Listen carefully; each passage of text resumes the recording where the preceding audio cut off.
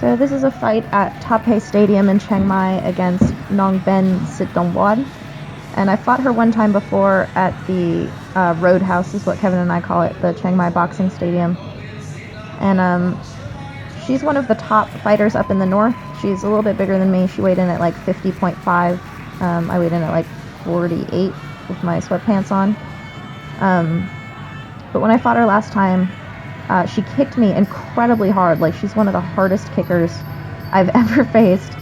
And so I remembered that in this fight. Even though I knocked her out in that last fight, I was thinking a lot about that kick going into it, just to prepare myself for it. But I also hadn't anticipated fighting her on this night. I had been scheduled to fight against Hong Pet Liang Kasert. And then it wasn't until actually getting to the stadium and looking on the program that I saw that I was fighting Nong Ben again. So that was a little bit of a get your head on that right away kind of thing. But this was November 8th, and His Majesty the King of Thailand died on October 13th, the month before, and there was a 30-day moratorium put on fighting and any entertainment type shows. There was no music. TV was only royal news. So there weren't fights going on, but in the north they got permission to keep doing fights. And so I was actually asked to take this fight much sooner, and I had told the promoter that I wanted to wait a little bit out of respect for the king. But this was just shy of the end of that moratorium, and they had been holding fights for a couple of weeks. So the shorts that I have were custom made by P-Boy at the shop, the Thai Claw shop in Chiang Mai that I get my shorts from. And in Thai on the front they say the word for forever or eternal. And they're just kind of a simple, basic black to honor His Majesty the King. I wanted to wear those and continue wearing all black for the king in this situation. And these Prajat on my arms were also from P-Boy. Nong Benz had recently fought this girl, Sud Siam, who is the northern champion at like 118 pounds, so that's significantly bigger than both of us. But Nong Benz had won, which I fought Sud Siam a couple of times and never beat her. I think I fought her twice. And she's significantly bigger than I am compared to the three of us. But I've wanted to rematch her for a long time now that I'm better and have more experience. So I was excited that Nong Ben had beat her, and then kind of excited to be fighting her after that situation as well. She has a really nice Muay, and she was wearing red lipstick, and there was this kid in my corner. I don't know who he was. He was speaking English. He was like 12 years old, and every time she got near, there he is. Every time she got near, he was like, "I love you, I love you," in English. So I don't know what his deal was. I don't know why he's in my corner. Maybe he's someone's son, but I don't know.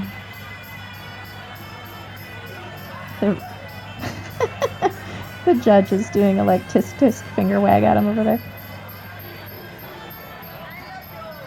There he goes. The Sit Dub Wad gym has a number of female fighters up there. They have boys as well, but the female fighters are really, really good. Nong Benz has a little sister named Somo, who is the 100-pound champion of the north. And Nong Benz had fought Fa Chang Rai for the 105-pound belt and lost to her, so Fa had the belt, and that's who I won it from.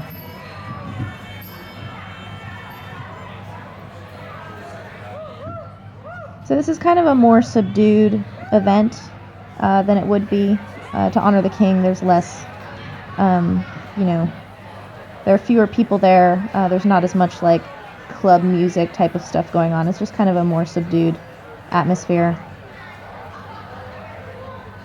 This is Pidang from Lana Muay Thai. He corners for me when I go up there. He is absolutely an awesome trainer and a really great cornerman.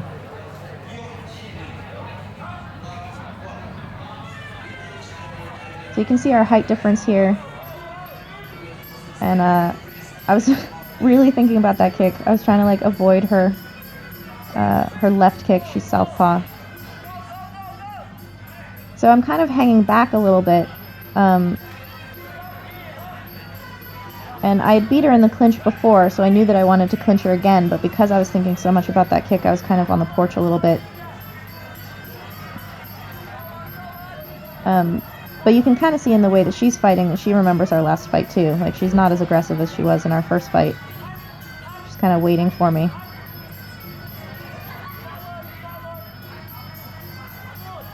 That's that little kid yelling, so I don't care what he's saying to me. He just basically wants me to go forward, but it's a kid in my corner. She's got really good punches as well. Like, they're very stiff when they land. And here she's just trying to lock me. And she's got a little bit of weight, so she's doing a nice little bounce to kind of stagnate in that spot.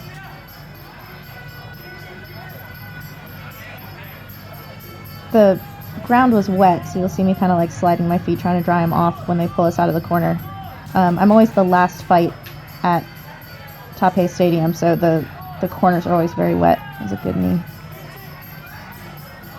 Nong Benz is actually kind of a knee fighter. She doesn't clinch really, but she knees.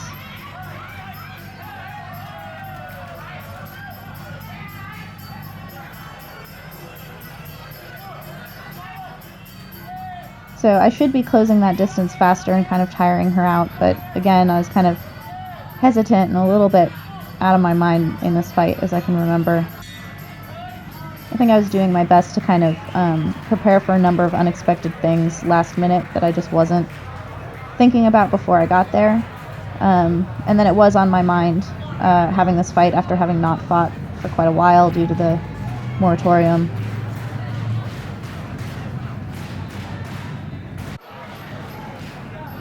These lights they have in the corner are so hot. This like spotlight that they have, it's like the warmers that they have in kitchens when food is waiting to go out.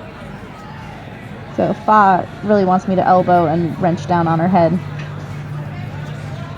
This kid's poking me, telling me I have no idea. And then Dang, the head honcho, he doesn't get in the ring, so he's coming over to tell me to keep my hands up, probably. And he wants me to step more on my kicks. You can see that I'm like on the porch and hanging back a little bit, so he wants me to close that distance. Fa always makes me give him double high fives before getting out of the ring. I actually really like it.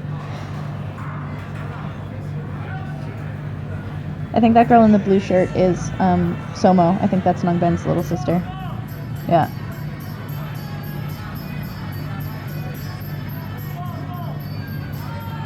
There's a nice front kick coming in. This guy down in her corner, this is her trainer from Sitapwad. And he really likes me, I think, because I fight so much and I fight people bigger. So he actually gave me a high five before the fight, and Nong Ben was like, wait until after the fight. Like, she was pissed at him for being friendly to me before the fight, which I thought was really funny. Her punches are good. She has good timing on them. And those knees are high and long. She just kind of, because I clinch and she's more of a kneer, once we clinch up, she kind of, I think, gets nervous. And I'm kind of nervous on the outside, so we have this opposite where, like, once I get in, it's my advantage, but on the outside, it's definitely her advantage. So if I had just closed in earlier, different fight.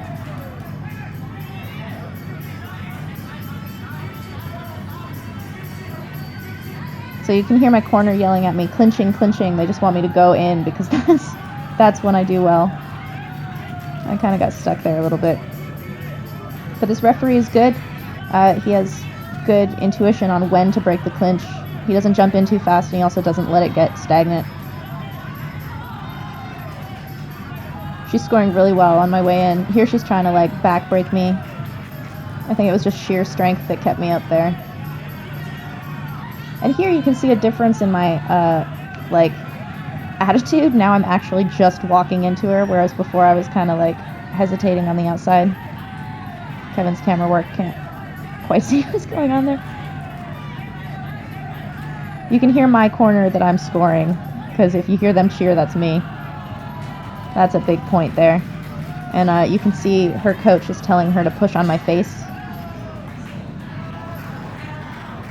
So that round she actually got some really good knees from the outside, but I think ultimately with my throwdown there and knees from inside the clinch, I might have taken that one, but it's maybe in the middle. But I was feeling better, definitely, between round 1 and 2. Round 1, I definitely felt very hesitant. Round 2, I felt like I was climbing a little bit and definitely finishing it with kind of a dominant moment there. I think made me more relaxed going into the third round. And when I relax, I have more access to the things that I'm good at.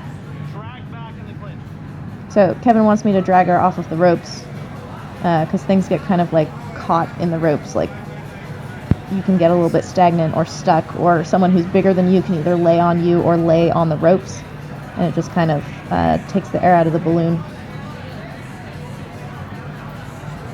I think Dang is putting Vaseline on my forehead just preemptively.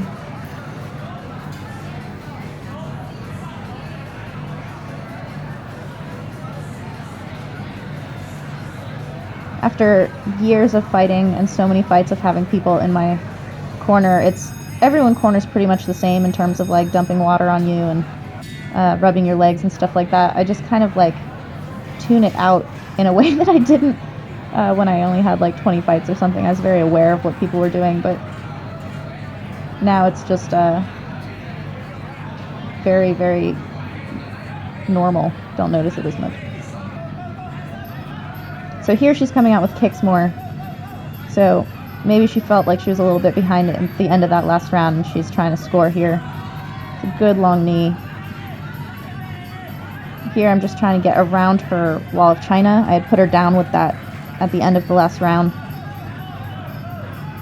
But she's kind of in a position where she has to score and then try to stay away from me, which is a difficult combination to do. Here I swam in and I have a good lock on her. She doesn't really lock. So here I'm able to turn her and score and wrench on her head. That was all a very good exchange for me. And her corner is yelling at her to push my face now. There, I punched her in the body. She did not like it. And a little bounce to get these straight knees. And I think that took the wind out of her. And as she's falling, I kneed and got her right on the chin. And I thought she was going to get up, honestly. But then when I looked over, she was in exactly the position where she had slumped down, so that was the end of that fight. I think that's the same as our last fight. I think it was round 3. I knocked her out with a knee. But you can see here, not very celebratory. It's kind of a somber fight. But I like Nong, I like her sister, I like her team. It was interesting to have her in my head before this fight and then have it pretty much go the same way as the last one. I don't even consider that I'm in the head of my opponents, which is something that I probably should think more about. I'm not really fun to fight.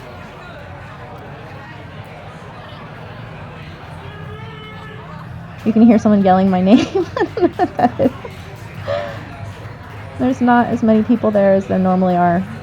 Taipei is usually pretty busy.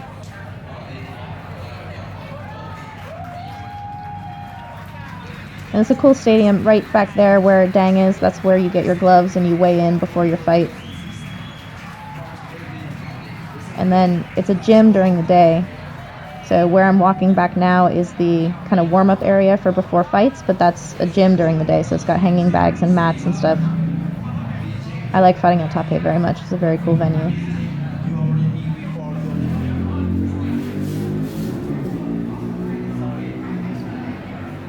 And I'm a superstar, so people come up and want to take photos with me.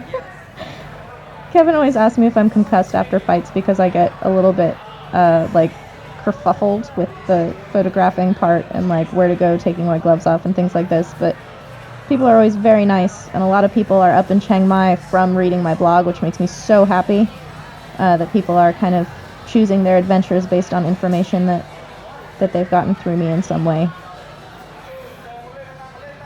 And this is the Taipei emblem, so that's where you go and take your photos, and you'll see him in Muay Siam sometimes.